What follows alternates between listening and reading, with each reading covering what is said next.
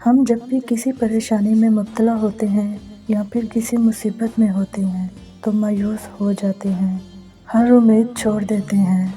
ہم اپنے برے وقت میں اتنا گھبرا جاتے ہیں کہ غلط راستہ چن لیتے ہیں، یہاں تک کہ ہم اللہ پاک کو ناراض کر دیتے ہیں، کیونکہ اللہ پاک نے اپنے ہر بندے سے وعدہ کیا ہے کہ اگر اس کے بندے اس کے بتائے ہوئے صبر اور شکر کے راستے پر چلیں گے تو وہ اپنے بندوں کا ساتھ کبھی نہیں چھوڑے گا، ان کا ہاتھ ہمیشہ تھام کر رکھے گا۔ بس شرط یہ ہے کہ اس کی رسی کو مضبوطی سے تھامنا ہے، کسی بھی حال میں اس رسی کو نہیں چھوڑنا۔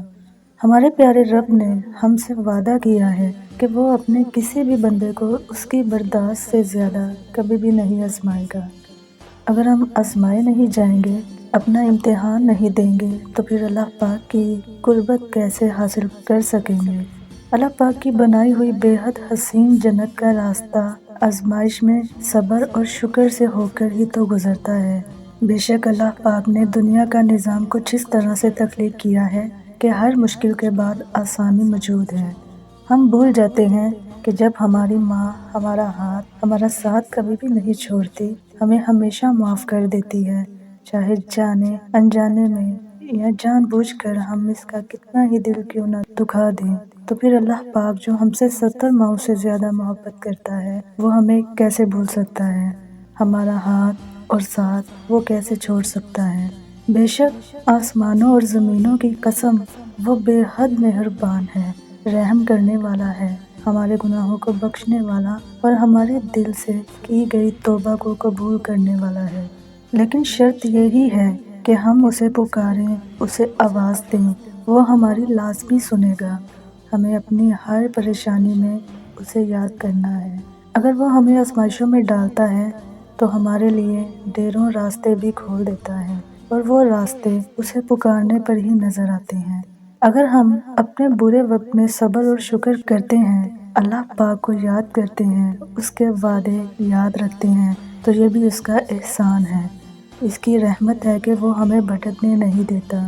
جب ہم برے وقت میں ہوتے ہیں، ہمارے حالات ٹھیک نہیں ہوتے تو ہم مایوس ہو جاتے ہیں، امیدیں کھو دیتے ہیں، جبکہ قرآن کریم میں ہر بندے کے لیے پیغام ہے کہ مایوسی کفر ہے، لہٰذا ہمیں نا امید نہیں ہونا چاہیے۔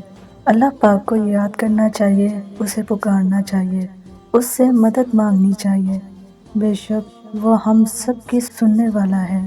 اللہ پاک خوش ہوتا ہے جب اس کے بندے اسے یاد رکھتے ہیں کہ اس کا بندہ اس کی دی گئی آزمائشوں میں بھی اسے مدد کے لیے پکار رہا ہے، اس کا بندہ اسے بھولا نہیں ہے، نا امید نہیں ہوا، مایوس نہیں ہوا، پھر وہ اپنے بندے کو اپنی قربت بخش دیتا ہے، اور پھر اس کا پیارا بندہ ہر آزمائش کو پرسکون طریقے سے گزارتا چلا جاتا ہے، کیونکہ اللہ پاک نے وہ ہاتھ بہت مضبوطی سے پکڑ رکھا ہے، اسے لڑکھڑانے بھی نہیں دیتا۔ پھر وہ رب، ہمارا سب سے بڑا مسئلہ یہ ہے کہ ہم اپنے مشکل وقت میں اللہ پاک کو آخری سہارا مانتے ہیں، جبکہ اللہ پاک ہمارا واحد سہارا ہے، اور اگر ہم اسے واحد سہارا نہیں مانتے تو ہم ذلیل و رسوا ہو کر رہ جاتے ہیں۔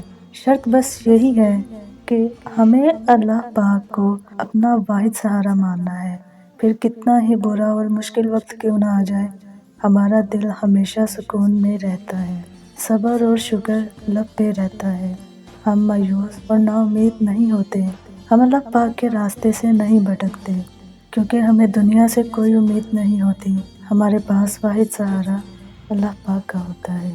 اللہ پاک نے قرآن میں بڑے افسوس کے ساتھ فرمایا ہے کہ انسان بڑا ناشکرا ہے، یعنی اگر اسے کچھ نہ ملے تب بھی وہ شکوہ کرتا ہے، اور اگر اسے سب کچھ مل جائے تب بھی وہ اس کی قدردانی نہیں کرتا۔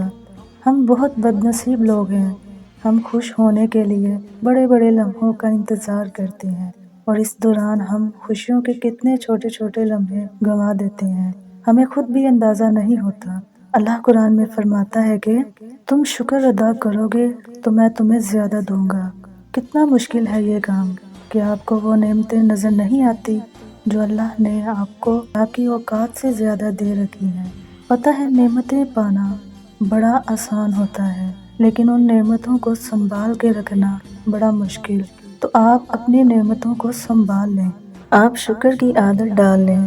رسول پاک صلی اللہ علیہ وآلہ وسلم نے فرمایا کہ مومن کا معاملہ عجیب ہے، اس کا ہر معاملہ اس کے لیے بھلائی کا ہے، اور یہ بات مومن کے علاوہ کسی کے لیے میسر نہیں۔ اسے خوشی اور خوشحالی ملے تو شکر کرتا ہے اور یہ اس کے لیے اچھا ہوتا ہے، اور اگر اسے کوئی نقصان پہنچے تو وہ اللہ کی رضا کے لیے صبر کرتا ہے، کیونکہ یہ بھی اس کے لیے بھلائی ہوتی ہے۔ اللہ اپنے بندے کے لیے کبھی بھی برا نہیں سوچتا، اس لیے ہر حال میں شکر کرنا چاہیے، کیونکہ ہمیں جتنا بھی ملتا ہے ہمیں اپنے اعمال سے بڑھ کر ہی ملتا ہے، پھر وہ روٹی کا ٹکڑا ہو یا پانی کا ایک قطرہ۔ جب آپ شکر ادا کرنا شروع کر دیں گے تب آپ کو خود محسوس ہوگا کہ وہ روٹی کا ٹکڑا بڑا کھیت بن گیا ہے، اور پانی کا قطرہ بھی اب قطرہ نہیں رہا بلکہ سمندر بن گیا ہے۔ سورۃ الرحمن قرآن پاک کی وہ سورت ہے جو لفظ الرحمن سے شروع ہوتی ہے، جس میں شروع سے آخر تک اللہ تعالیٰ کی صفات بیان کی گئی ہیں۔ یہاں پر ایک جگہ اللہ تعالیٰ فرماتے ہیں کہ سورج اور چاند ایک حساب کے پابند ہیں، اور تارے اور درخت سب سجدہ ریز ہیں، یعنی آسمان کے تارے اور زمین کے درخت سب اللہ تعالیٰ کے قانون کے پابند ہیں۔ ان دونوں آیاتوں میں جو کچھ بیان کیا گیا ہے، اس سے مراد یہ ہے کہ اس کائنات کا سارا نظام اللہ تعالیٰ کے حکم کے تابع ہے اور اسی کی اطاعت میں چل رہا ہے۔ زمین سے لے کر آسمانوں تک نہ کوئی خود مختار ہے، نہ کسی اور کی خدائی اس جہان میں چل رہی ہے، اور نہ ہی خدا کی خدائی میں کسی اور کا عمل دخل ہے۔ ہم سب اللہ تعالیٰ کے بھیجے گئے ہیں اور وہ ایک واحد تنہا ہر شے پہ قادر ہے۔ سورہ رحمان میں ایک آیت ہے جو کہ کئی مقامات پر بیان کی گئی ہے، فَبِأَيِّ آلَاءِ رَبِّكُمَا تُكَذِّبَانِ۔